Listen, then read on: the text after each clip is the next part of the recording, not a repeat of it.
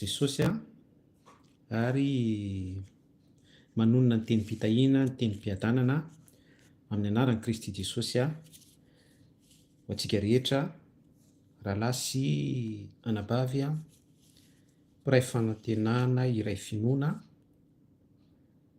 ao amin'ny Kristy Jesosy mirary soa antsika rehetra, manonona ny teny mpitahiana amintsika rehetra atao anatin'ity sary sy feo ity indray. Eny ary ny famakafaka-kevitra fohifohy tsotsotra izay fampizarantsika sy fampaherezantsika ataon'io indray dia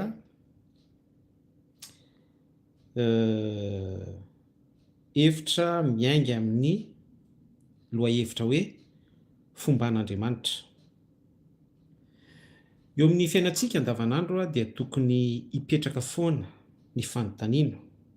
Izany hoe samy mamantatra ny tenany izany ny tsirairay, ianao, izaho ihany koa, isika rehetra. Samy tokony hayan-danjalanja sy tokony hametra-panontaniana ny am-pontsika any, ary tokony haray fahatsapana sy fahafantarana ny amin'izay hoe momba antsika izay Andriamanitra. Momba anao tokoa ve Andriamanitra eo amin'ny fiainanao? Momba avy Andriamanitra eo amin'izay rehetra ataoko, eo amin'izay rehetra isiko? Zava-dehibe ny fahafahantsika mamantatra ny valin'izay eo amin'ny tontolom-piainantsika. Averiko indray fa zava-dehibe dia tena zava-dehibe ny fahafahanao mamantatra sy mandanjalanja an'izay hoe momba anao izay ve Andriamanitra amin'izay rehetra ataonao.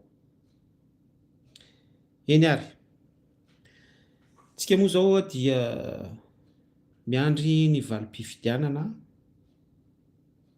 député, niarana hita isika, niarana andre, fa nandritra ireny propagande ireny dia misy ireo candidat tsy anankiray tsy anankiroa, mba tsy tenenako hoe presque izy rehetra, dia nampiasa an'io teny na io fiheverana hoe fomban'Andriamanitra io, dia naseho miharihary mivantana na akolaka ihany koa fa hoe momba ny candidat anankiray Andriamanitra. Antsoina Andriamanitra mialoha na faranana amin'ny anaran'Andriamanitra na mandritra ihany koa ny fampelezan-kevitra dia voatonontonona foana ny herin'Andriamanitra ny anaran'Andriamanitra. Izao fotoana izao ny antony firotsahako fidiana dia satria misy adidy masina, dia manoloana an'izay adidy masina izay dia misy ny angolateny izay ampiasaina entina manambara fa adidy masina avy amin'Andriamanitra no antony mpilatsahako fidiana sy ny antony fampelezan-kevitra sy ny tanjony fandresen-dahatra ny amin'ny tokony ho fandaniana izay manatrika. Dia tsy mialoha ny fotoana sy mandritra ny fotoana sy taoriany ny fotoam-pamaranana ny fampelezan-kevitra ihany izay hoe momba antsika Andriamanitra izay, fa isika izao dia mahita fa ao anatin'ny vanim-potoana isika hoe miandry ny valim-pifidianana. Dia ao anatin'ny vanim-potoana isika hoe miandry ny valim-pifidianana dia mbola tsindriana ihany koa izay hoe momba antsika Andriamanitra izay. Dia miara-mahita isika hoe ny Andriamanitra ngeza be fa iza kely dia kely tsindriana avokoa ny sasy-teny rehetra ahafahana manasongadina ny hoe momba Andriamanitra eo am-piandrasana izay ho valim-pifidianana. Ny tianambara am'izany de hoe isika olombelona zany a dia am'izay rehetra ataontsika dia tiatsika loatra no maneho an'izay kisary zay hoe ny zavatra rehetra sahantsika, ny zavatra rehetra izay toavitsika sy kirakiraitsika dia misy ny fomban'Andriamanitra. Tiatsika loatra ny manambara an'izany, tiatsika loatra ny mitanisan'izany, tiatsika ny manao fampisehoana amin'izany.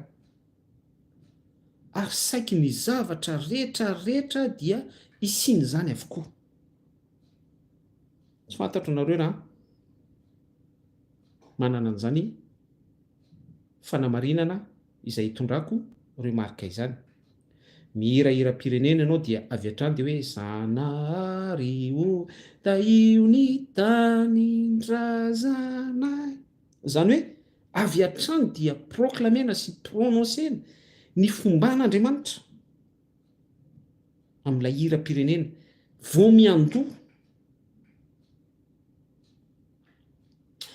Ary saika amin'ny lafin-javatra rehetra hoy aho dia manambara an'izay fomban'Andriamanitra izay avokoa, manomboka any amin'ny olona lehibe indrindra eto amin'ny firenena, ny mpitondra fanjakana izany, à chaque déplacement amin'izay rehetra ataony, amin'ny intervention izay ataony, ny fizarana izay zarainy izay ataony dia tsindriny foana hoe avy amin'Andriamanitra, ny fitiavan'Andriamanitra, ny fitiavana ny lehibe indrindra. Izany hoe kirakiraina mihitsy zany ilay endrika fomban'Andriamanitra amin'ny zavatra rehetra izay sahany.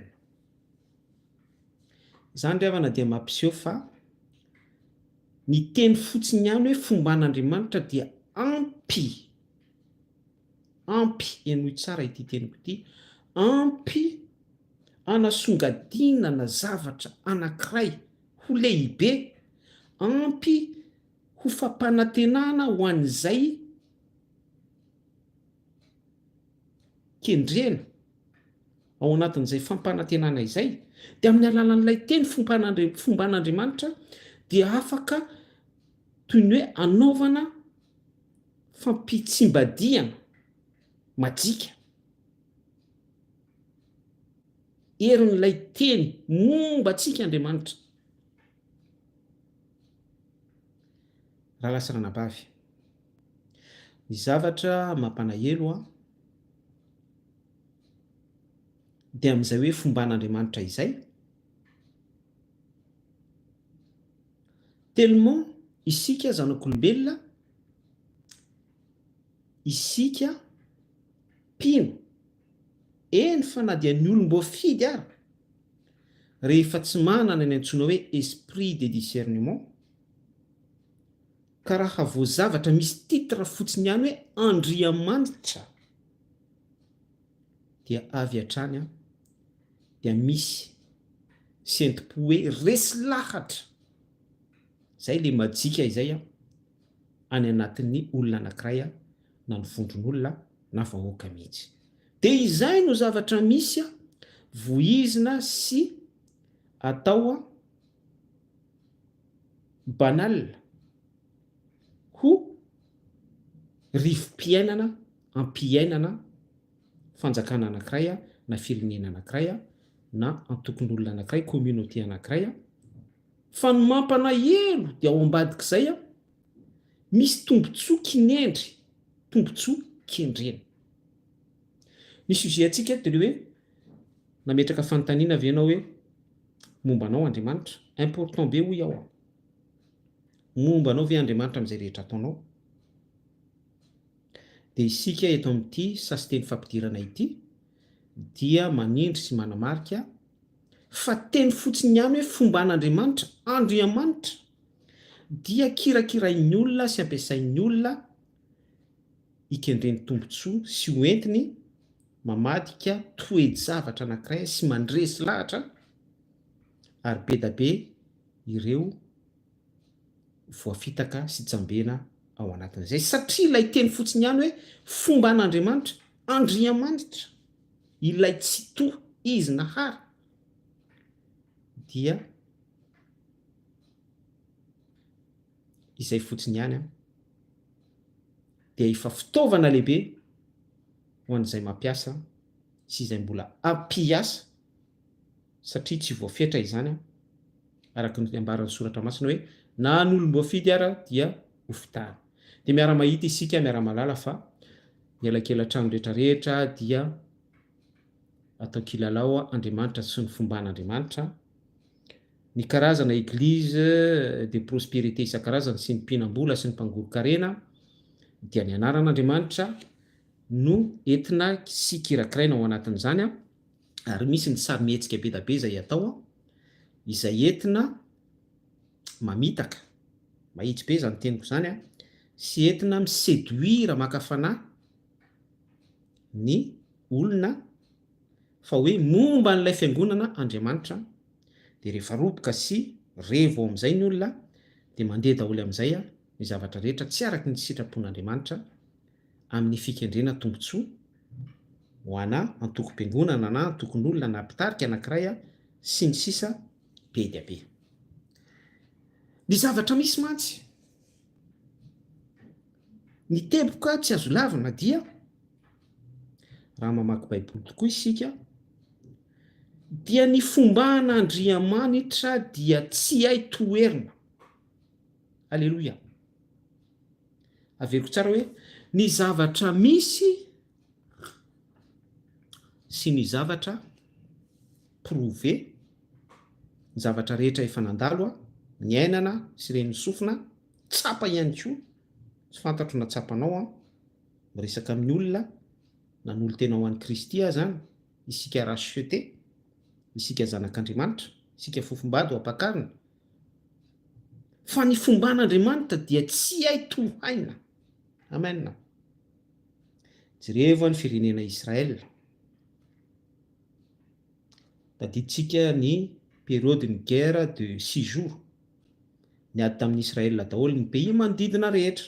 Namerina ny kisary à l'époque ny Evita, ny Etita, ny Jebosita, ny Kananita, ny Amalekita sy ny sisa rehetrarehetra fa ny alamaina daholo satria tsy hay tohaina ilay fomban'Andriamanitra. Dia mipetraka ny fanontaniana hoe mombanao ve Andriamanitra rahalahy? Mombanao ve Andriamanitra ranabavy? Tsy hay tohaina io fomban'Andriamanitra io. Ary raha mandinika isika malgré hoe andevo ny zanak'Israel miverina any amin'ny Exode isika fiondranana. Rehefa nomba ny zanak'Israel ny vahoaka Hebreo Andriamanitra tsy toa tamin'ny alalan'ny famantarana maro isan-karazana, tamin'ny alalan'ny mpaminany Mosesy sy Arona, tamin'ny alalan'ny fanekena tany anefitra à partir ny 10, tamin'ny alalan'ny fitarihan'ny Andriafy sy Andry, tamin'ny alalan'ny fiaran'ny fanekena ny tahirizana ny 10, tamin'ny alalan'ny sy ny sisa be da be, dia fantatsika ny tantara fa tsy rovitra ny akanjo teny ankodiny 40 taona ary ny kapa hoditra teny an-tongony tsy tapaka. Ny mahana ny rotsaka amin'ny fotoana firotsahana, ny vato namoaka rano, ny ranomasina mena ny sokatra, ny fandringana ny Farao, ny fikendren'ny Farao andringana ny lamatoan'ny Israely ny tsimbadika Paska, ary ny lamatoa Egyptianina rehetra no natelin'ny fiaina tsy hita sy ny sisa be da be. Izay ilay herin'Andriamanitra tsy hay tohaina. Izay ilay fomban'Andriamanitra tsy hay tohaina. Dia izay zavatra izay no mbola manan-kery ary amin'izao vanim-potoana iresantsika izao dia ilay hery ambara eto dia juste ilay teny fotsiny ihany hoe momba antsika Andriamanitra, ilay teny fotsiny ihany hoe Andriamanitra, ilay soratra tsy misy sens, aucune valeur, aucun valeur. Dia hoentin'ny olona kirakirain'ny olona izay hoe momba antsika Andriamanitra izay amin'ny zavatra rehetra izay ataony hoentiny miséduire hoentiny a milaza, hoentiny maneho a, hoentiny manao fanambarana, ampiasainy a ilay hoe Andriamanitra, ampiasainy a ilay fomban'Andriamanitra. Fa ny zavatra mampalahelo anefa am'izay ka izay hoe ampiasainy ny anaran'Andriamanitra, ampiasainy ilay teny hoe fomban'Andriamanitra, ampiasainy ny baiboly, ampiasainy ny soratra masina sy izay rehetra mety ho endrika ilazany, fa hoe momba antsika Andriamanitra, momba an'ilay institution na tsy institution ihany koa, fa mety hoe organisme na zavatra ohatran'izany, na tsy maninona mihitsy hoe fiangonana na ara-piangonana anankiray. Ny zavatra misy anefa dia juste ilay teny sy ilay anarana fotsiny hoe Andriamanitra Yahweh Elohim no ampiasainy, juste ilay soratra masina fotsiny, fa ilay fond sy atiny izay tokony ho noyau manatsikafona an'izay fomba an'Andriamanitra izay dia tsy misy akory. Averiko tsara hoe juste fotsiny ilay enveloppe ny hoe momba antsika Andriamanitra, ilay aseho ety ivelany sy ilay kirakirainy atao moyen, fa ilay noyau tsy misy akory.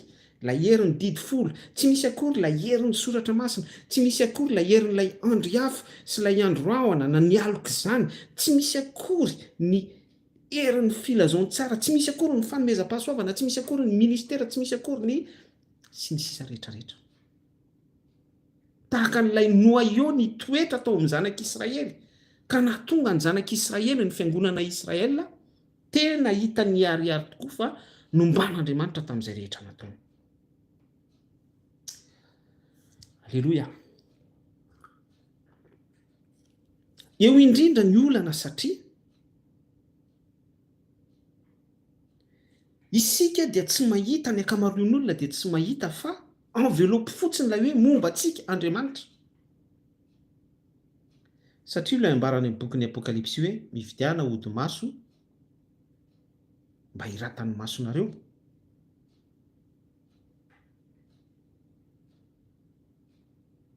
Satria isika tsy manana ody maso, satria ny vahoaka ny génération amin'izao vanim-potoana iresantsika izao dia tsy manana ny ody maso io izay avy amin'Andriamanitra, dia tsy mahita ny atiny ilay noyau hoe tsy misy akory an'ilay fomban'Andriamanitra fa juste enveloppe hoe momba antsika Andriamanitra. Any ka raha vao mahare ny tantara hoe Andriamanitra, maheno ny anarana Andriamanitra, maheno ny toko sy andininy Andriamanitra, maheno ny zavatra rehetra fahagagana hoe avy amin'Andriamanitra araka ny fanambarana sy izay rehetra hoentina ao anatin'ilay esprit de séduction dia roboka avy hatrany. Dikan'izay dia effet cause aterak'izay dia mirona be fahatany ny olona rehefa misy fanambarana avy amin'Andriamanitra. Izao ny voka-pifidianana, satria momba antsika Andriamanitra dia mirona sy manaiky be fahatany hatratrany be manaiky ny olona. Raha misy fiangonana anankiray mikirakira mirakla, mikirakira tsy fantatra izay kirakirainy ao, dia ataony amin'ny anaran'i Kristy Jesosy, ataony amin'ny toko sy andininy izay raisiny en parallèle hoentiny hanindriny an'ilay mirakla kirakirainy, hoentiny manambara fa hoe momba antsika Andriamanitra. Ilay fiangonana concerné ny resahako ao, ka satria tsy manana an'ilay ody maso ny vahoaka dia izay rehetra majikajika hitany eo anky vareo izy izy, wow, zany ka tena fomban'Andriamanitra. Dia ny voka-dratsy aterak'izay ahoana ozy ny baiboly, ahoana ozy ny baiboly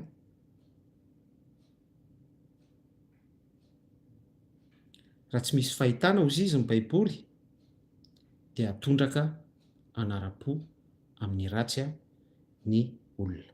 Satria tsy mahita vision isika, satria tsy manana vision isika, satria tsy misokatra ny masontsika, tsy ananantsika ilay ody maso, dia zavatra ratsy anefa ilay ampiainana antsika fa juste asiana enveloppe fotsiny ihany hoe momba antsika Andriamanitra, dia vokatray dia atondraka manara-po amin'ilay ratsy izao taranaka izao. maka plaisir am'lay faux miracle, maka plaisir am'lay fampielezan-kevitra, maka plaisir amin'ny sy ny sisa be da be. Fidirana be da be ny artiste évangélika am'izao pour dire hoe momba azy ireny ve Andriamanitra fa jereo tsara ilay fond, mila manana ody maso ianao zay vao mahafaka mahita an'izany. Sady séduisy afa-po daholy miara-mitepo daholy ny émotion hoe momba Andriamanitra, ary miara-mihira sy miara-midero daholy dia miaraka latsaka ranomanao daholy, miara latsaka ranomaso ao daholy, satria tsy manana an'ilay ody maso, satria tsy manana an'ilay ody maso.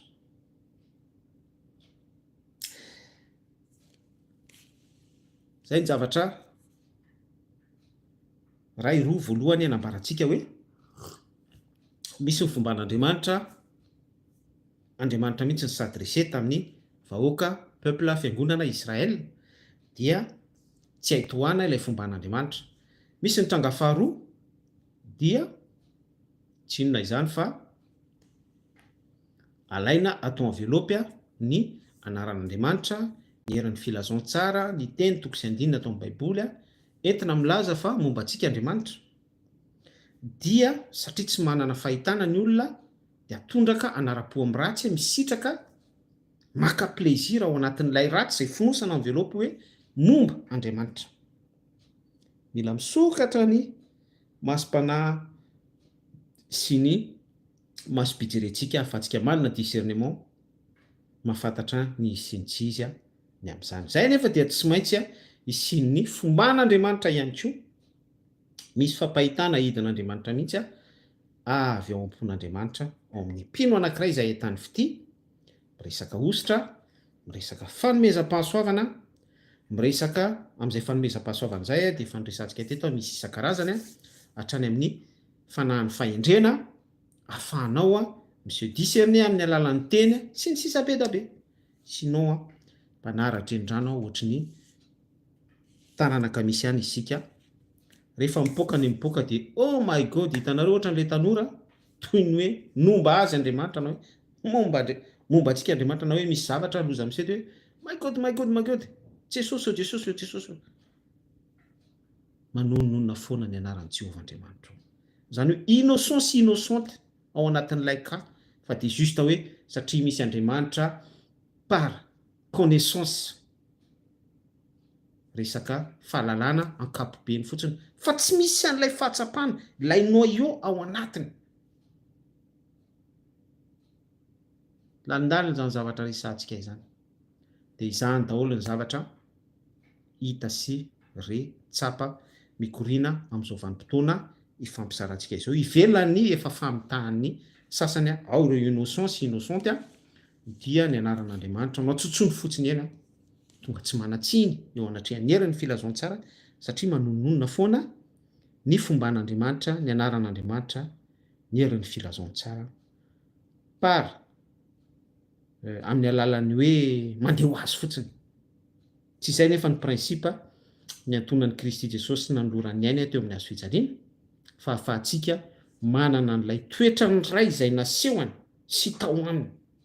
Dia io toetrany iray io ihany koa tahaka ny toeran'izay toetrany iray izay tamin'ny alalan'ny andriafo sy ny androraona, tamin'ny alalan'ny herin'ny lalàna, tamin'ny alalan'ny herin'ny mpaminany sy ny mpanjaka sy ny mpisorona izay voafidy mitoetra tamin'ny zanak'Israely sy ny sisa be da be. Dia tahaka izay ihany koa ny toetra tian'Andriamanitra hitoerana sy ny herin'Andriamanitra, ny anaran'Andriamanitra tsy toa ny fihetsehany eo amin'ny fiainantsika. Alleluia. Amaky teny soratra masina vetivety isika. Ny Matthieu 7:20 no vakiantsika. Ny Matthieu 7:20 nitsangana tamin'ny maty Kristy Jesosy rehefa nitsangana tamin'ny maty izy. Ary tamin'ny alin'ny sabata raha vao nazava ratsy ny andro voalohany amin'ny herinandro dia avy izany fasana Maria Magdalena sy ilay Maria anankiray. Dia hitantsika ainsi de suite nisy anjery nanapodiany vato dia nisy nanan-karama, ny témoin, ny garde, ny mpiandry.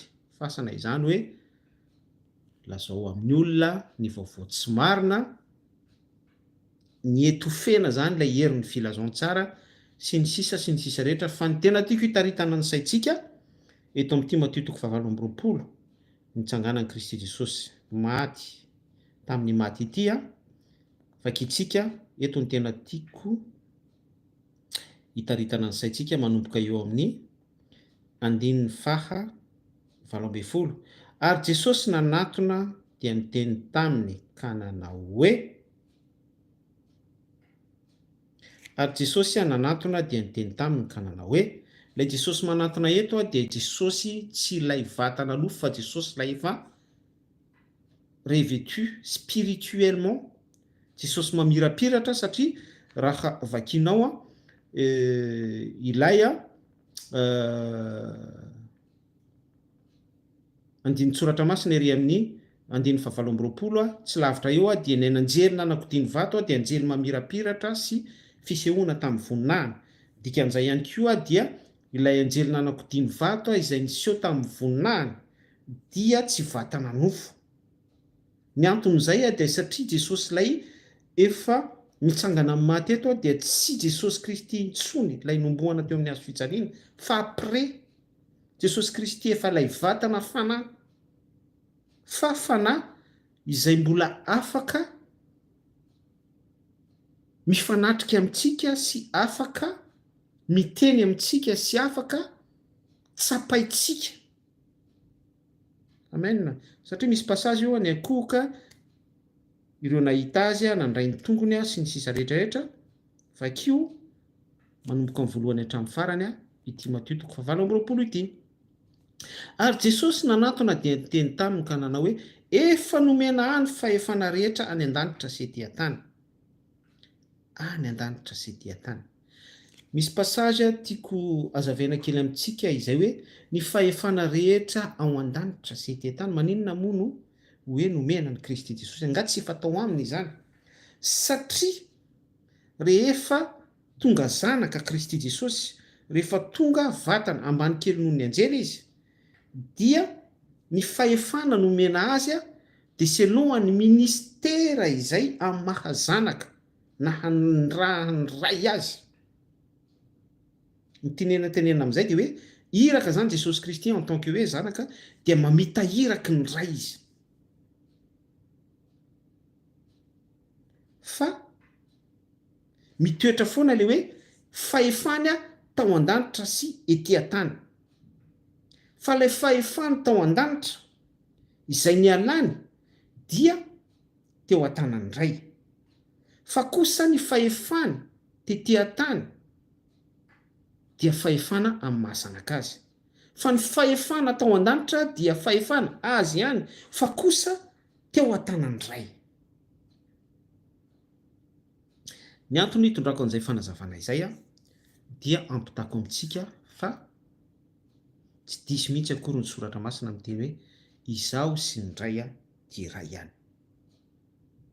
Raha miteny Andriamanitra tsy toa hoe izy nahary ny lanitra sy ny tany tao amin'ny famoronana ka niteny izy hoe andeha isika hamorona olona tahaka ny endritsika, andeha isika, dia izay ilay fameno ny fanambarantsika teo hoe fahefana tao amin'ny ray tonga zanaka Jesosy Kristy dia ny fahefana tamin'ny mahazanaka no niasany tao anatin'ny ministera natongavany zanaka ambany kely noho ny anjely. Amen. Efa nomena any fahefana rehetra any an-danitra sy ety an-tany. Taorian'ny ilay fitsanganan'i Kristy Jesosy tamin'ny maty, taorian'ny fahafatesany miverina indray izy amin'ny vatana fanahy, dia mametraka autorité eto Kristy Jesosy ato amin'ny soratra masina 9:20. Koa mandehana ianareo dia ataovy mpianatra ny firenena rehetra, manao batisa azy ho amin'ny anaran'ny ray sy ny zanaka ary ny fanahy masina. Ilay ray sy ny zanaka ary ny fanahy masina dia ny fahafenon'Andriamanitra. Andriamanitra ny ray ihany Andriamanitra, tokan'Andriamanitra. Ao amin'ny tenan'Andriamanitra dia ny ray ny zanaka ary ny fanahy. Ny fanan'Andriamanitra dia ny sofina, ny fofinain'Andriamanitra, ilay fanahy masin'Andriamanitra, afaka ilazantsika azy ihany koa. Izay no fahafenon'ny tenan'Andriamanitra amin'ny fahafahantsika mitsapa sy mamantatra an'izay. De hoe ny voantsika zany dia noho ny fahendren'Andriamanitra dia ndray tsy azontsika antonina, tsy azontsika manjenina, tsy azontsika tsapaina. Baiboly no miteny fa atao maty tokoa izay mahita ny tavan'Andriamanitra. Tsy nisy nahita ny tavan'Andriamanitra naoviana afa-tsy ny zanak'ilay tokana izay teo an-tratran'Andriamanitra. Sarotra, sarotra tena sarotra. Ny zanaka ilay tao amin'ny fahafenon'ny famenony tenan'Andriamanitra. Ny zanaka ilay tao amin'Andriamanitra, ilay zanaka ifepartian'ilay Andriamanitra. Miverina foana tsika amin'ilay hoe saosiny iray dia iray ihany. Izy ihany no nahita an'Andriamanitra. Izay ilay nambaran'i Jesosy Kristy hoe tahaka anao iray amiko, izaho iray aminao. Milaza n'ilay unité, fiombonana, fifamenoana, ilay fifamatorana. Ny Baiboly amin'izay. Ataovy mpianatra ny firenena rehetra manao batisa azy ho amin'ny anaran'ny Ray sy ny Zanaka ary ny Fanahy Masina. Amin'ny anaran'Andriamanitra izany. Ny Baiboly any amin'ny Torah dia mandrarany amin'ny hoe aza manononona foana ny anaran'i Jehovah Andriamanitra ao, fa nomenantsika kosa ny anaran'i Kristy Jesosy. Rehefa manonona ny anarana Kristy Jesosy isika dia manonona an'Andriamanitra izay. Amin'ny alalany no ahafahantsika manonona ny anaran'Andriamanitra. Satria ny hoe manonona ny anaran'Andriamanitra ray amin'ny anarany dia tsy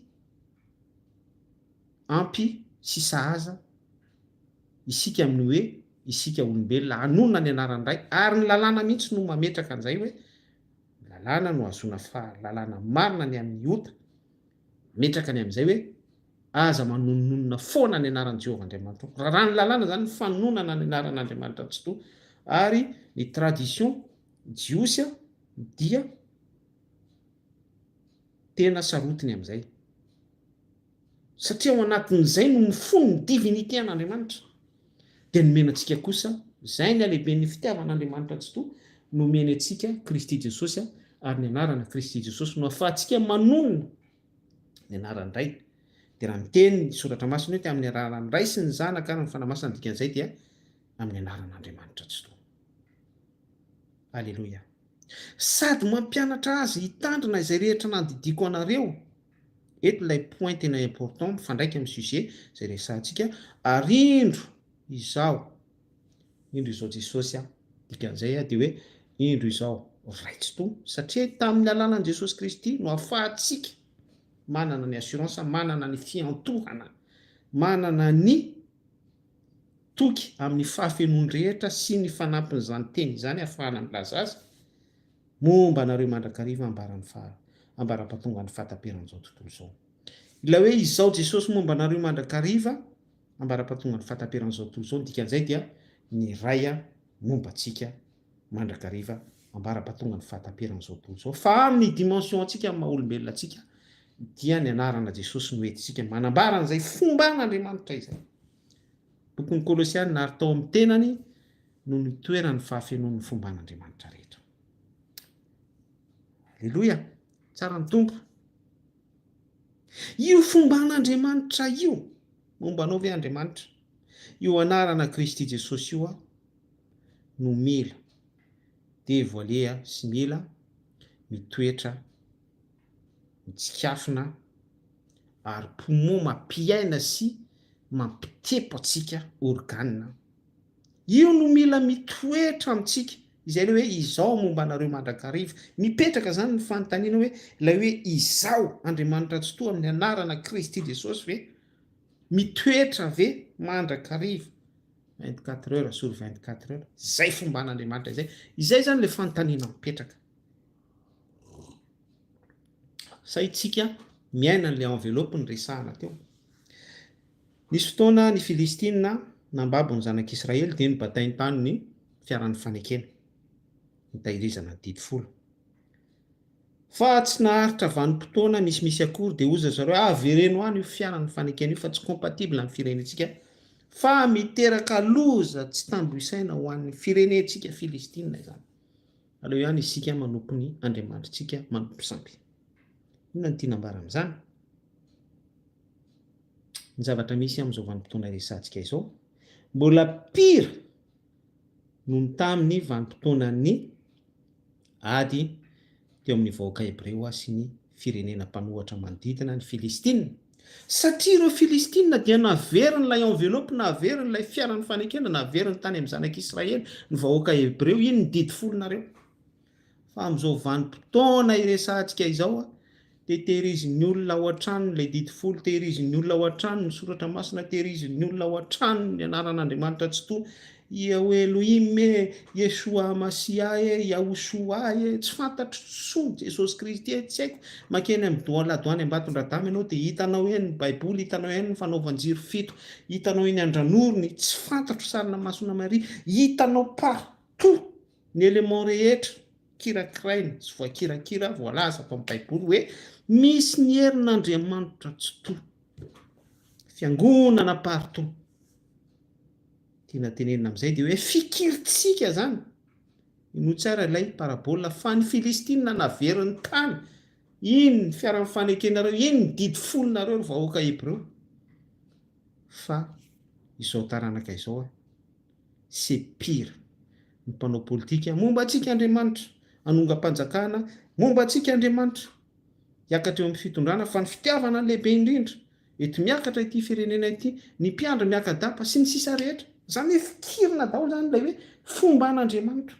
Au lieu de hoe ilay noyau ao anaty mpijangajanga, ilay noyau ao anaty mpanao ny tsy araka ny sitrapon'Andriamanitra sy izay tsy avy amin'Andriamanitra rehetra, dia ny mifanohatra amin'izay zany raha ny lôjika dia tokony ilay fihetseham-po tahaka ny tamin'ny Filistina hoe mitera-doza ho antsika eny ety. Tokony conscient zany tsika hoe isika zany rehefa ilay noyau ilay ao anatintsika tsy araka ny sitrapon'Andriamanitra ka mitahiry an'ilay hoe momba antsika Andriamanitra isika, dia mitera-doza tahaka tahaka n'ilay kanitranga tamin'ny vahoaka firenena Filistina. Ka tokony izay le hoe tsy mahay manompo an'Andriamanitra sy mamoana isika. Izay le hoe Christus Belial afangaro. Mila misaraka ireo ary mahasarotiny an'Andriamanitra tsy toa. Hoe toeran-tsampy ilay toerana, hoe fiainan-tsampy ilay fiainana, firenena mpanompo sampy ilay firenena, kanefa dia alaiko ny soratra masina, alaiko ny toko sy andinina ao amin'ny Baiboly, alaiko ny fomba an'Andriamanitra, alaiko ny etika rehetra milaza an'Andriamanitra, dia tehiriziko. Pira hoy ao ny génération amin'izao, pira ny fanjakana misy amin'izao, pira ny tontolo iainantsika amin'izao, satria izay mélange izay mbola pira noho ilay vanim-potoana ny Filistina. Ny Filistin mba naveriny tany amin'ny vahoaka Hebreo, iny ny fiaran'ny fanekenareo, iny ny didy folonareo, fa ny antsika kosa dia tehirizitsika sy lalaovintsika, ataontsika kilalao, manova sexe hoya. Dia iarahantsika mahita ny vokatra fa tena mamoafà tokoa ary tena miaratsy hatrany ny situation. Zay no azoko nambara fa mino fa misy zavatra voarainao mazava tsara a partir an'izay hoe momba anao ve Andriamanitra. Tsapao ny tenanao sondeo ny fiainam-pinonao ny position anao par rapport amin'ny herin'ny filazantsara sy ny soratra masina. Momba anao ve Andriamanitra sa tahaka an'ilay ka Filistina sy ilay didy folo ny tera-doza, ny ka misy anao sa ilay pire. Au lieu de iséparer an'ilay tsara sy ratsy dia mélange, sady tsy mafana tsy mangatsika alohan'ny vavan'Andriamanitra.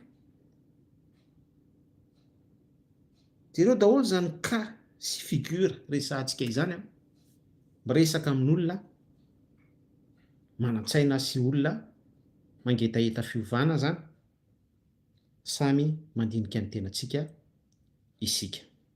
Isaia maranako azy a 5:1 ny zanako sy ny asan'ny tanako a adidiko ihany. Rehefa zanak'Andriamanitra isika, rehefa asatanan'Andriamanitra isika, Andriamanitra ny potie isika tanymanga, adidin'Andriamanitra isika. Zay tian'Andriamanitra anaovana antsika no anomban'Andriamanitra antsika. Amin'izay fotoana izay a dia marina sy exact amintsika ny hoe momba antsika Andriamanitra.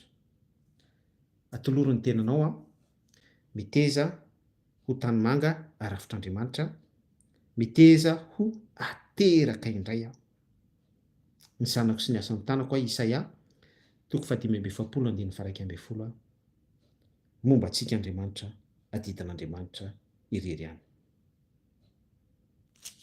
Zay a fa amanaraka isika amin'ny resaka roa hevitra hafa indray. Tianao Jesosy a. Tainy tompo daholo. Veloma tompoko.